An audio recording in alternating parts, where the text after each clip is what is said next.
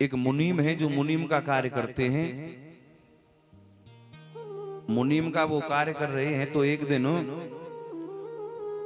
उनका ध्यान अपने रुपए पैसे संभालने में था, कुछ पैसे संभालने में लगे हुए थे।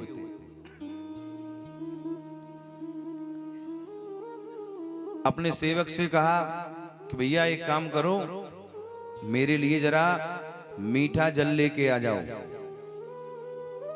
बोले ठीक है। अब सेवक जल लेकर के आ गया और सेठ जी को जल ला करके दे दिया कि लीजिए मुनीम जी, आप ये जल पी लीजिए।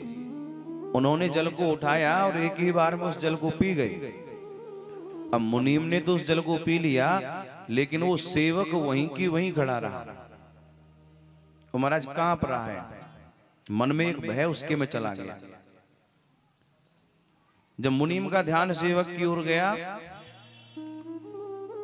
बोले शरबत तो मैंने पी लिया, अब यहां क्यों खड़े हो, चले जाओ। बोले मुनीम जी, यदि आप मुझे क्षमा कर दें तो आज मुझसे एक अपराध हो गया है। बोले क्या अपराध हो गया? बोले आपने जो जल पिया,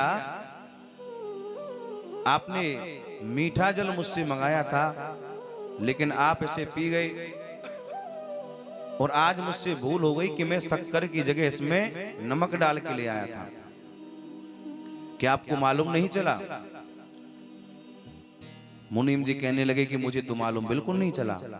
सेवक को तो भेज दिया, लेकिन आज उनके मन में एक इतनी गिलानी हो गई कि मेरा ध्यान पैसे संभालने में, ये माया को एकत्रित करने में इतना मैं मगन हो गया कि एक सेवक मुझे मीठे जल की जगह मैंने नमक वाला जल पी लिया, लेकिन मुझे ये भी याद नहीं रहा किसके चलते, केवल इन नोटों को चलते, केवल इन पैसों के चलते।